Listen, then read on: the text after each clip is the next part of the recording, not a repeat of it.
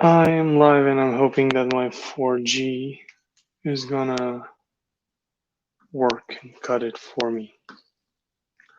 How do I share my screen over here? Something just came through. Away you go. So, I don't know who's gonna be on this because I don't think I can see like comments or anything. There's like private chat with the guests, but I can't see LinkedIn comments.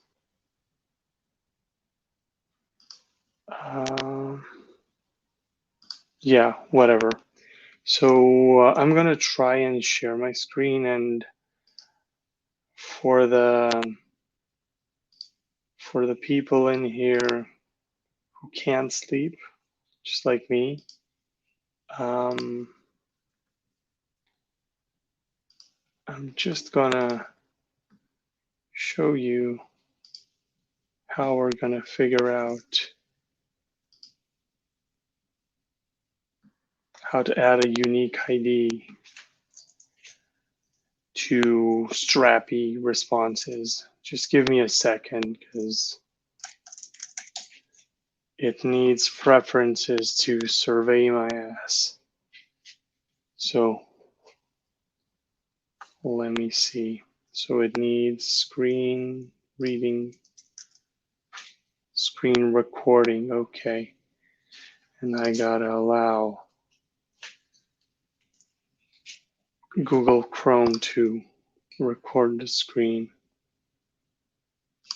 Don't quit it.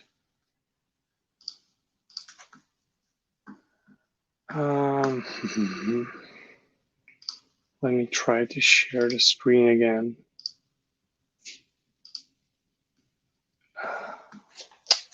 Am I sharing my screen? Because this is a little bit, it's getting a little bit annoying. Let's see. Giving me a little bit of a headache.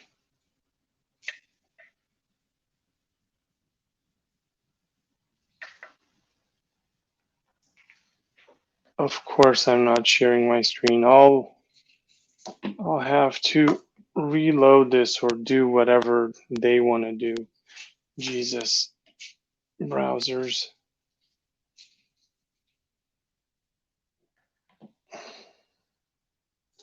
Right. Let's figure this thing out. So it really, really wants me to close my screen. I'm just gonna reload and probably disconnect.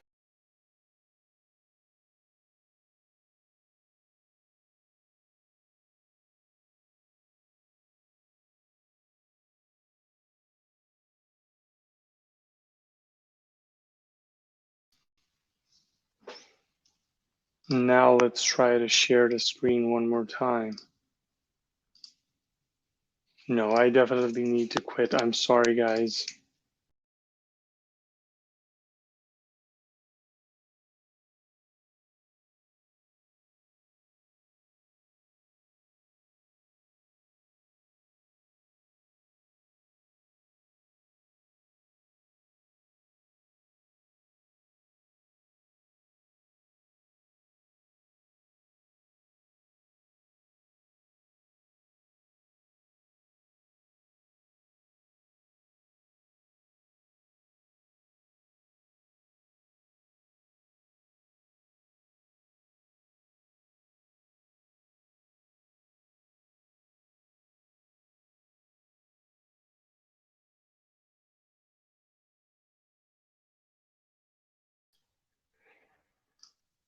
Done. Now we should have screen sharing and actually be able to do something over here. Cool. My screen is visible. So I have the following problem. I am working on the job platform, and one of the problems that I'm facing when you click on a job, you see this undefined over here. So it just does client-side navigation, of course, but designed it in such a way that it should add a unique ID over here. And this was what was previously happening when I was working on weremote.eu. So this was being generated as a separate entity outside of the job slug, which is this part over here. So these should be like two fields. Unfortunately, I took the method from the old site, but um, I didn't implement it in Strapi. So the thing is that over here in Strapi, which is an amazing tool, by the way, if you wanna use it in any way, I highly encourage you to. It helps you do rapid prototyping and rapid a lot of things. I have this slug over here, which is configured from the content type builder, which is where you actually configure your data types. It is configured to be a slug, of course, and you attach it to the title. So whatever you type in title, it's gonna slugify for you. The problem with this is that if I have to create a second job and I want to use the same title, assuming there are two companies posting the same opening, it's gonna give me a unique slug, of course, but it's gonna be one, and then the next one is gonna be 2 and 3 and 4, and I have to do a lot of magic then in analytics to separate these jobs. I have to look at the company who posted it and all of that, like just to make sense of the fact that they're different entities. So what I want to do is outside of this slug, I want to create a property from the back end called uniqueId. And well, I'm going to configure it from here, but I'm going to populate it when a job is created with just a random string. And I think I'm going to actually copy and paste the functionality I already have in in the WeRemote code base.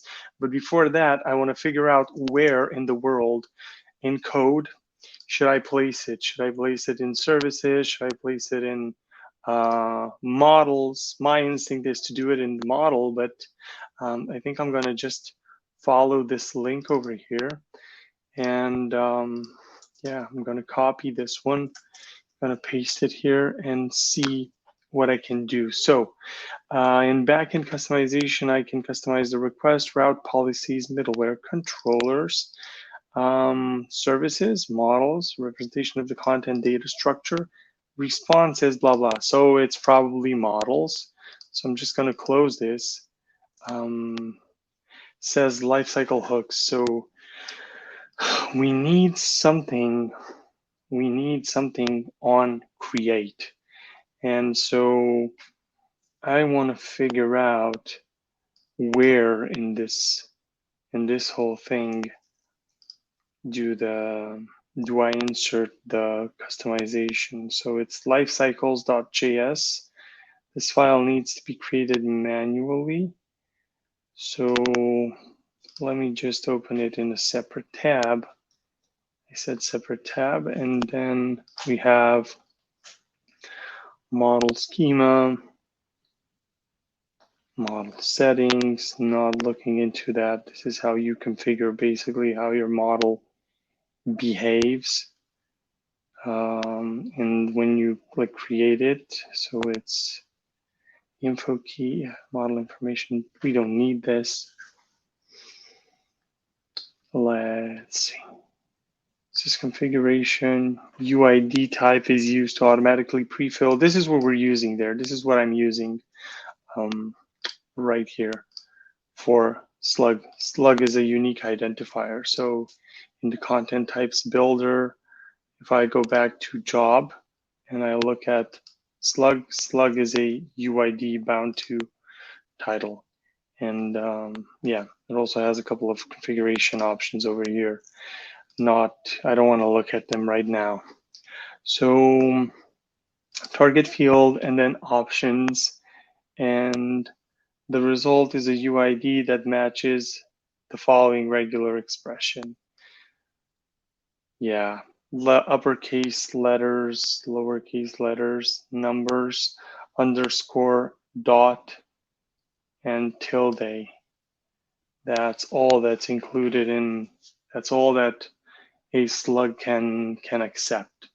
So in my case, I can't use this unless I provide a property when I create the job, and yeah, it's too complicated. I'll have to create like two properties, one to be like placeholder prop, like that'll be like the seed for the slug, and then the slug that'll use that as a what's it called again? Because I keep forgetting, as a attached field. Not elegant. I don't want that. So this is the UID. Nothing interesting here. Let's move to this model. So we have before create. Okay. So what does before create do? It has a data, and you can add stuff to it, right? So this looks interesting. Yeah, let me just try to do it here. So it says I should create a file in source API name. So in my case, that'll be source API and then API name, which is job in this case. And then content types.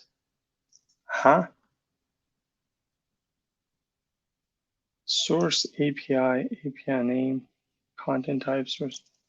I'm having trouble. Let me figure out first what documentation I'm looking at. So, and what Strapi version? So I have version 3. Jesus, when I started this migration 8 months ago, 3 documentation, we should be looking at this. Hey, look, it's a Vue Press website. Interesting. So V3, right, and we were on official documentation. Stupid of me. But it's, I believe that that's where the URL is pointing. The V3 was the latest, so can't blame them. So let's find out again, models. So we were looking at life cycle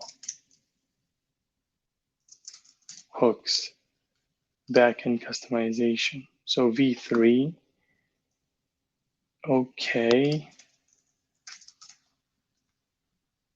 So, right, it's right over here. So in this structure, we have API, job, models, and within models, we have this thing over here, and we're gonna go life cycles. Is it uppercase, lowercase? This always messes me up. I once wasted 4 hours because I wrote something, something file name instead of something file name. Wasted a whole day. And yeah, even today I had an issue. Let me just copy and paste it because I'm not typing it correctly. So I'm going to put life cycles here. I'm going to say before create. And it's taking some data. So it's a function. I don't even need the colon. And so before an entry is created and data, and we get what? Let's see. So that's where you get the lifecycle hooks. And then we're gonna look at, let's see. I'm gonna find and right. So I don't even know why this is async. We'll see if it's async or not. You can mutate one of the parameters or change it, make sure not to reassign it, as it will have no effect.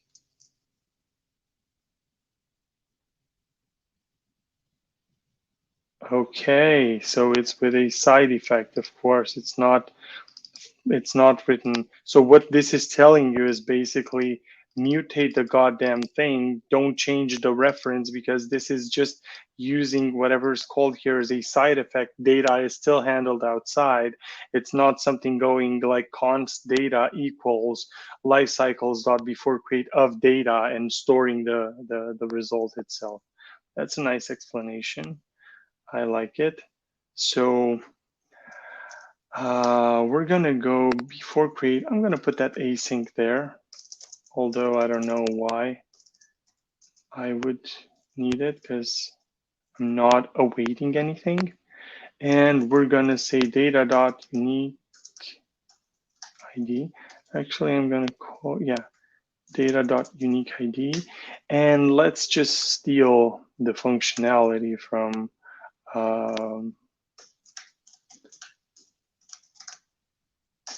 the web app. Let's just look for, I think it was random string something.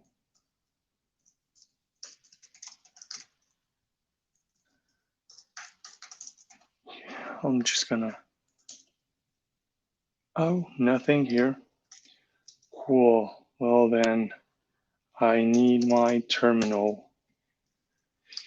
And then I'm gonna go to the file system directly.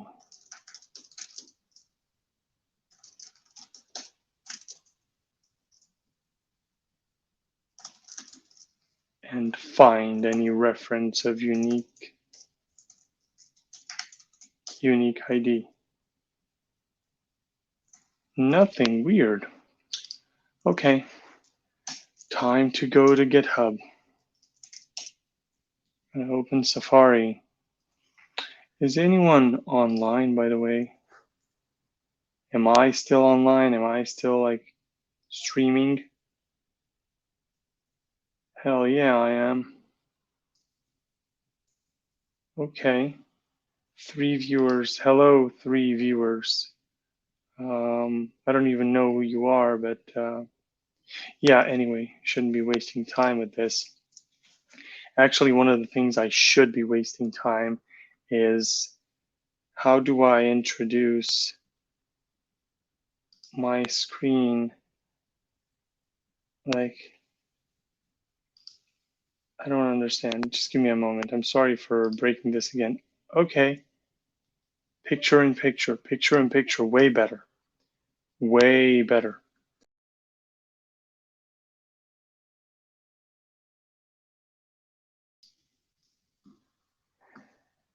Damn. This thing is hard. Okay. So I guess I'm good now with the layout, because I think because I'm using my big screen, a lot of you, and like putting my image all the way to the left or to the right takes out like from the size of the screen itself. So let's switch back here. And I said we were going to Safari and we were going to go to github.com. So we're going to go to something over here. Jesus, yes, I'm going to confirm everything here. A lot of work went into weremote.eu, and it kind of died off because I couldn't handle it after some time. So right now you're actually looking at the code base itself. Cool, so it's not here. It should be probably an API API, and then we're gonna go listings, because I think it's called listings over here, and it's in model, and we're gonna look for, do I have a unique ID here? Nope. Let's look at the schema.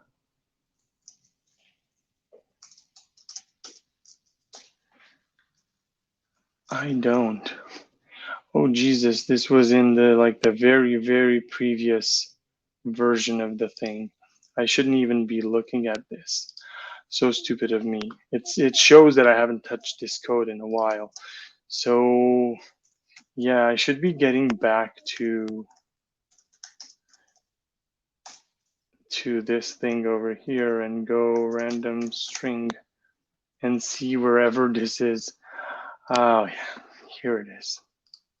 So so it's called random string. So let's install it. So we'll install it in the, yeah, okay, cool. So let's open it in npm then, and then let's look for a random string. It's this module. So it still has a decent number of downloads. It is the module that I'm using, judging by the API. Last published 2 days ago, still maintained. Yeah, quite simple. So we're gonna install this as a dependency here. Why do I have Slugify over here? I think I wanted to do something with it, but then I realized I don't want to. Or it's a dependency of sorts. I think I wanted to do something with it, but then I realized that it's going to be done implicitly. So then we're using v14. So we're going to run the develop task again. And right about here, we're going to go and use random string, which is, we're going to require the module here. And then we're going to say data unique ID is random string dot generate. Let's look at the definition again a little bit. So we want random string dot generate, but we want a limit of, what do we make it? 8. I think 8 is enough. I think we should keep it alphanumeric. Actually, I don't want it to be. So I want it alphanumeric. I don't have a problem. And then for capitalization, I want it all in lowercase. Yeah, I think that's what I want to do. So I'm going to go random string dot generate, and we're going to just copy charset or charset, whatever, however you want to call it, alphanumeric. And then for capitalization, lowercase. Oh, because it has TypeScript definition, so I think it comes with it. Right. Cannot see. Okay, these are my seeds that are running, and there's already data over there.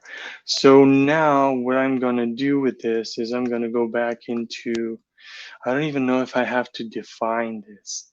I think I should be defining it on the job itself, because it's a field and it has to pass through Strapi validation. So right here, I am providing it before creation, but from the settings here, it does not know what it should do with it. It from the attributes. So I have to tell it that I'm gonna give it a unique ID, and it's a short text. And should I actually do a validation of regex? No, but it should be unique nonetheless. It should have a maximum length of 8 and a minimum length of 8. So just a little bit of, and it should be required. And then there's no default value. So let's finish, save, and hope for the best, fingers crossed. I don't know how many people are in the stream. I'm just gonna check and see if anyone commented with anything. But let's just try and create a copy of this. Can I duplicate? I don't even remember. Yeah, I think it's here. So we're creating an entry based off of this one. We're gonna call it the same thing. Location published, unique ID should be the last one. So it should be right here. And you should not, I mean, you can type whatever you want in here because it's gonna get replaced anyway. Maybe I should find a way to rename this. But how am I going to, So now the slug is hitting me actually because this is always unique. Damn it. I think I need to get rid of the automatically suggested thing over here. Yeah.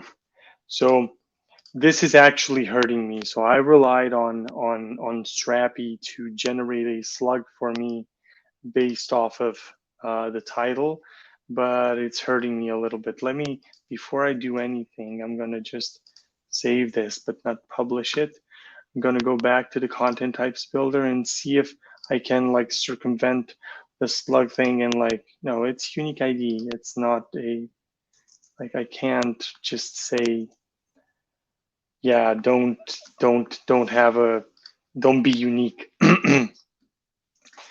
Yeah, so this is actually hurting me here right now, but nonetheless, I want to see if my unique ID thing did its job and if I have a value here. Yes, I do. And I forgot to say that the limit is, it's kind of big, right? So I forgot to say, where did I put it? So I think I put it here. I think it has a length. Readable, I don't care. Or actually I do care because it's being read from the URL by people. So they're gonna maybe try to, yeah, I think I should. So readable, true, and length should be 8. So readable, true, length 8. 8, yes. So yeah, I'm guessing that right now, if I have to, I'm actually curious why unique ID actually got generated and this constraint over here wasn't applied. Did I forget to save it? Because I remember saying that unique ID has a min and max length and it's required. Oh, damn. So this applies when you probably, when you create, when you pass the unique ID from the UI, but it doesn't get applied as a validator when you're passing it, when you're like manipulating it and customizing it over here. Oh, quite curious. Cool. So that's how we put a unique ID to this job. Now, I'm gonna go ahead and actually do this thing with the slug where I'm gonna say, I'm gonna try and delete it. Let's see if I can make this work. I might break the whole implementation and have to redo, but yeah, let's see. So I deleted that. Let's see if it lets me add a field called slug, but with a, so it should be required. I don't need it to be unique because that's why I have that unique ID thing. And I'm generating that as an actual identifier. Min max length, I don't quite care. Regular expression. So my guess is that it should be, what should it be? So it should be, I think, letters, uppercase letters. I don't even care. I should be lowercasing everything anyway.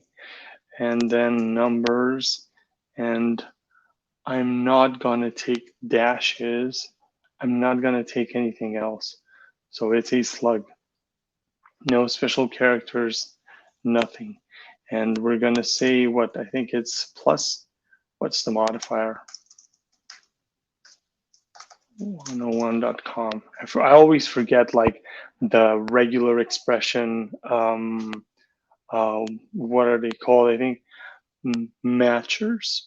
It's not a modifier. So any single character and then any digit. 0 or 1 of A, 1 or more of A. But since I have provided a range here, I'm actually curious because I think I don't need to, let me see, let's actually validate this. So if I'm gonna go and say, here's what I want, I'm gonna say A, B, C, D, E, F, G, 1, 2, 3, 4, 5,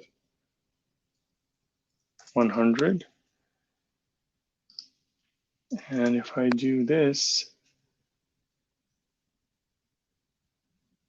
okay, and the dash character, right? Because I do need this, and I think I don't need to escape it. Do I also take underscores? No, I don't take underscores. Yeah, so then I guess it's the plus sign. Yep, definitely the plus. Although I don't like, they're always weird because you should stay away from like the greedy matchers because they'll turn around and bite your ass. So let's see. We have this slug again, blah, blah, blah. I have that in the clipboard. I'm gonna add it, close this. Slug is all the way over here. Try to save it. Did it break? Because it normally shoots here. Okay, so slug is now here. Now I dislike the fact that it's all the way down here, but I know how to fix that. I'm not gonna fix it right now. But this is the slug, and now it's a regular goddamn string. I'm gonna just say this 1, 2, 3, 4. So this is like this 1, 2, 3, 4. It's 8. This is for the first job. I'm gonna save it. It's not gonna have a problem with it. Then I'm gonna go to the second one, which is a draft. I'm gonna edit the slug so it's the same as the previous one, so it should complain. Then I'm gonna take 1, 2, 3, 4, 5, 6, 7, 8. I'm gonna let it like this. Edit it manually, and then I'm gonna publish it. And I will also go back and duplicate the third one, leave this the way it is. I'm gonna leave this here because it's gonna be replaced. Like, even though this is coming from the previous job, because we are overwriting it, we don't care if it's being passed or not. And we don't even want it to be passed here because then what if someone thinks of the same identifier as another person? Then we're in the same situation here. So slug over here, save it, and we shouldn't get any error. And now we should see 3 jobs. And let's see what the API tells us. Let's do it. Unauthorized. Yeah, I think it's because I am actually authenticated, but with an old token. So I'm just gonna authenticate again. What did I do? I did something wrong. I think we cannot read property prototype of undefined. Jesus, oh my God, what did I do? I did something bad here. Gonna try and figure it out, but first I said I would check to see who's with me, who's still with me. And if I have any comments or questions from you. Oh, yes, sir. Yes, sir, Razvan, sir. I'm actually, well, trying to work on my personal projects whenever I get the time. So I'm just gonna do these things now and then. So, yeah, I'm just gonna get back to this thing. Oh, I forgot to publish this. You know what's the advantage of Strapi? It's that I don't have to code an admin right now. Like once I launch Remotium.io, I don't have to code a backend for it. I can literally go and operate on everything for any client or for any user without needing to code like the front end of the website, and then of course the API, which is basically given to you on a platter, or to me on a platter by Strapi, and then through this admin where you actually see me doing all these operations. This is my admin, and I can also go ahead, as you just saw, I can go ahead and customize it. So this is why I find it very useful, because for weremote.eu, I hand coded every fucking thing. And that's a no-no in my book from now on. I'm actually gonna try in the following weeks to build a, I wouldn't call it a startup, but a software product over a weekend or 2 weekends, I don't know, depending on my time, with no code or at least low code tools. I've never done this. No code, like it's out of the question. I've never assembled things like from the web, but I really want to see if I can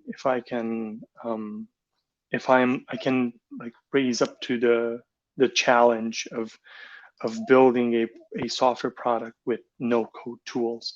I'm actually very curious and scared shitless, to be honest, because like my default is run in code whatever I do. This is one of the reasons I failed We Remote. It's because every time I was stressed about like I need to do outreach, I need to talk to people, I need to talk to companies, of course, because who's going to pay for this?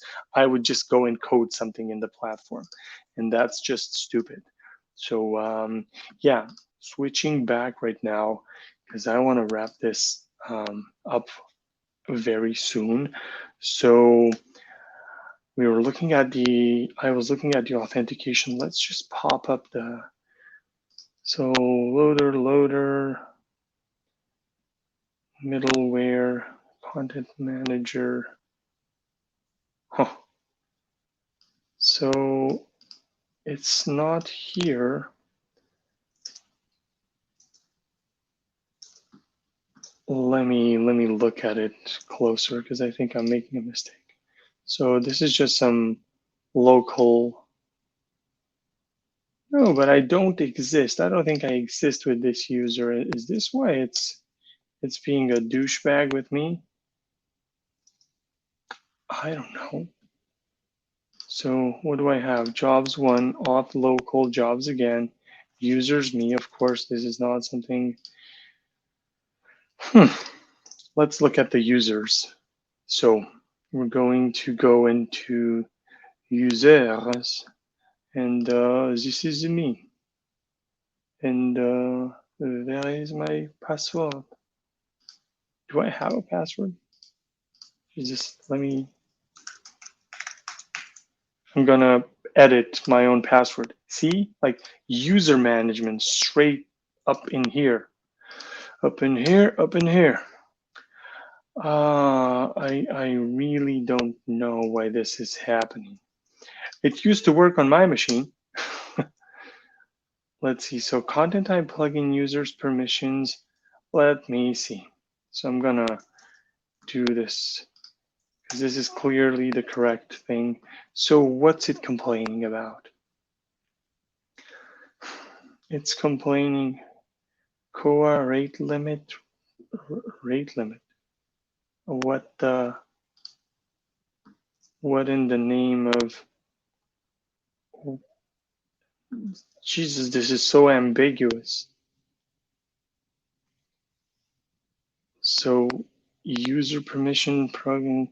Oh, I think I played a little bit with something in the user's permissions. Yeah, I think I did. So if we go into, I don't even know where I should go. So yeah, this is my super admin account. I don't need this. This is not in its roles. Authenticated one user, and this is me. And I think you can rate limit individually.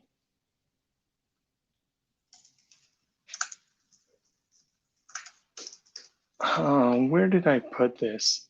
I remember I was actually doing a little bit of work here, but a while back.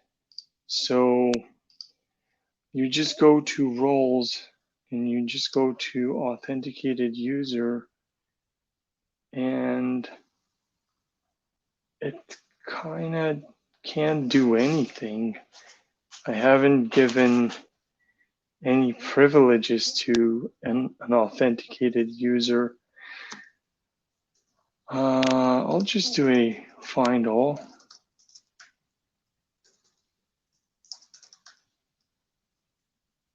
COA 2 rate limit, because I think it's using that.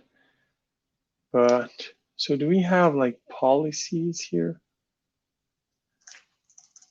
Strapi rate limit.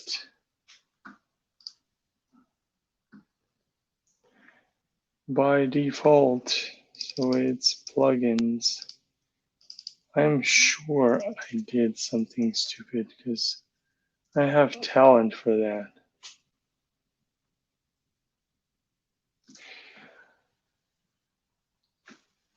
Well, let's just see. So I can't authenticate with this user, right?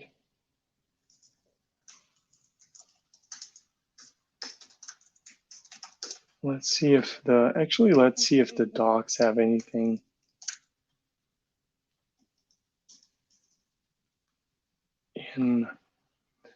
We're gonna use like authentication. Getting started with PHP, no. Learn how to validate request as an authenticated user. Let's see. Log in as reader. Identifier, am I making a mistake? No, it's cool. So it's identifier and password. And I am pinging this, and it's giving a 500. Jesus. Let's just see. We'll just use the Googles, just like this, and see what it does. Check the output. Server crashed. Prototype of undefined. This is for v3. Yes, identifier. There is incompatibility. The new Redis version? What the hell is the Redis version? Jesus, where does it say Redis in here? It does say Redis somewhere in the errors, but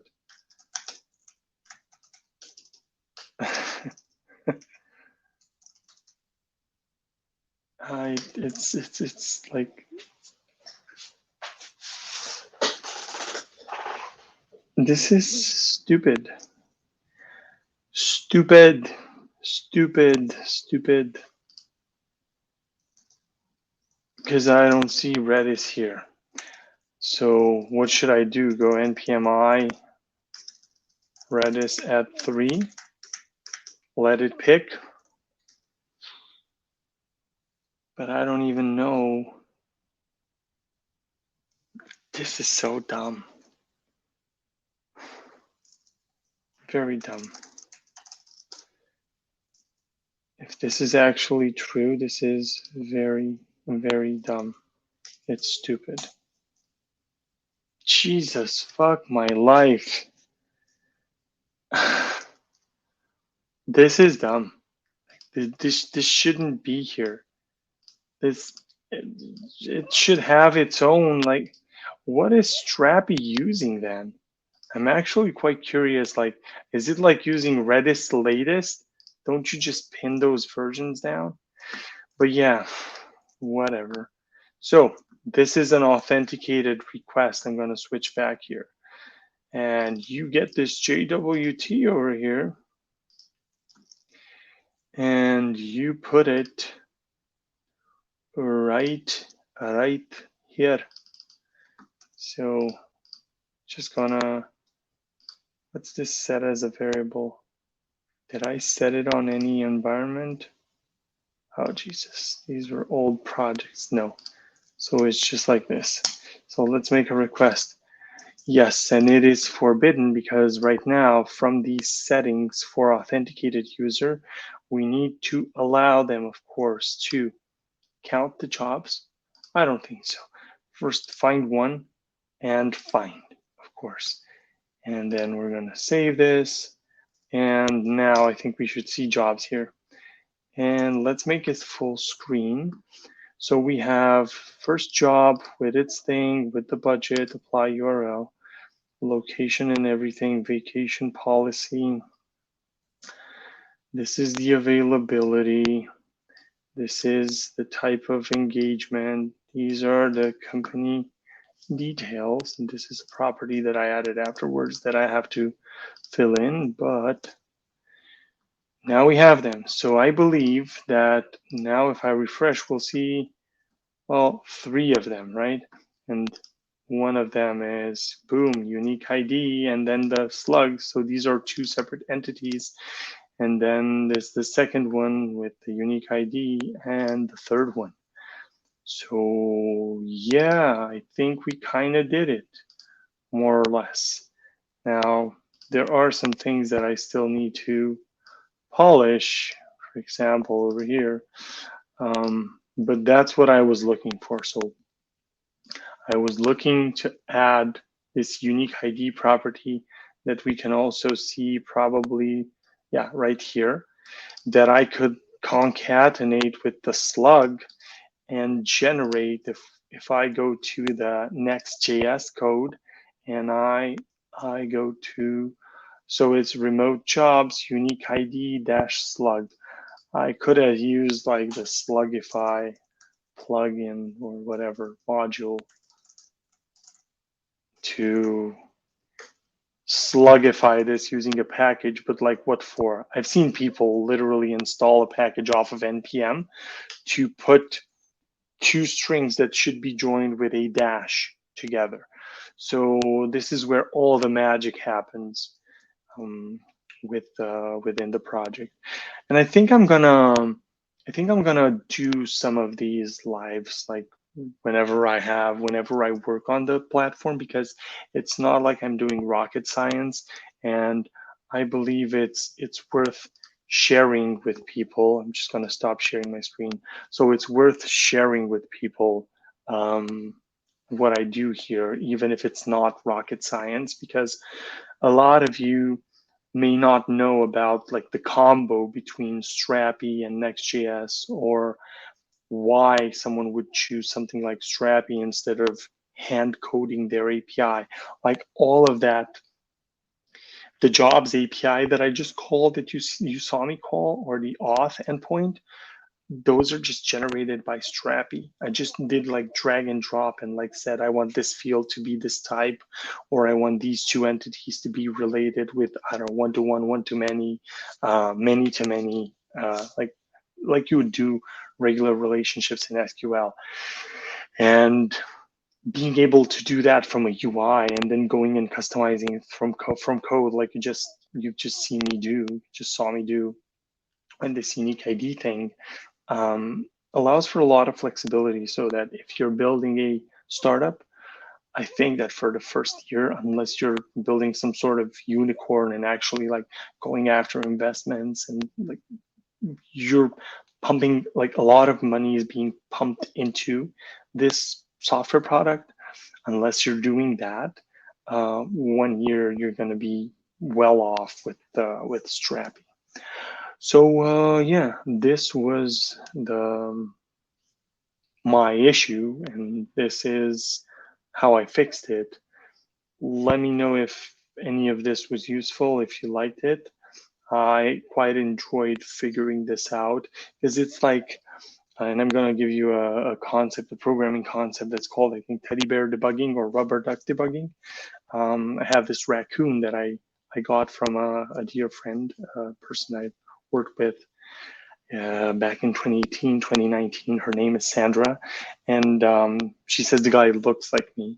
But it's this doing this over a live session is just like doing teddy bear or rubber duck debugging. And if you don't know what that is, it's a technique, let's call it, where you take like an imaginary person or a rubber duck or a teddy bear or anything that looks like something you could talk to. Although I don't advise you to talk to animals unless you own cats, and you describe to it the problems that you have in code. So if you're facing an issue, you just describe what you did, what you're facing, what you see, and through this explanation, you basically reach a solution. You're more likely to find the solution. I think it actually has a name, in like a name not as in teddy bear debugging, but as in like in problem solving as a broad spectrum, as a discipline. There's a technique that has a proper name, one that you'd see in academic papers, because you wouldn't see this in an academic paper going like rubber duck debugging, right? Or teddy bear debugging. That was it. I loved it.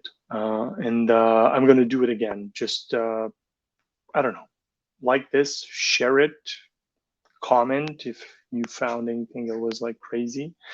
Let me know if you have better solutions, and we'll see each other again.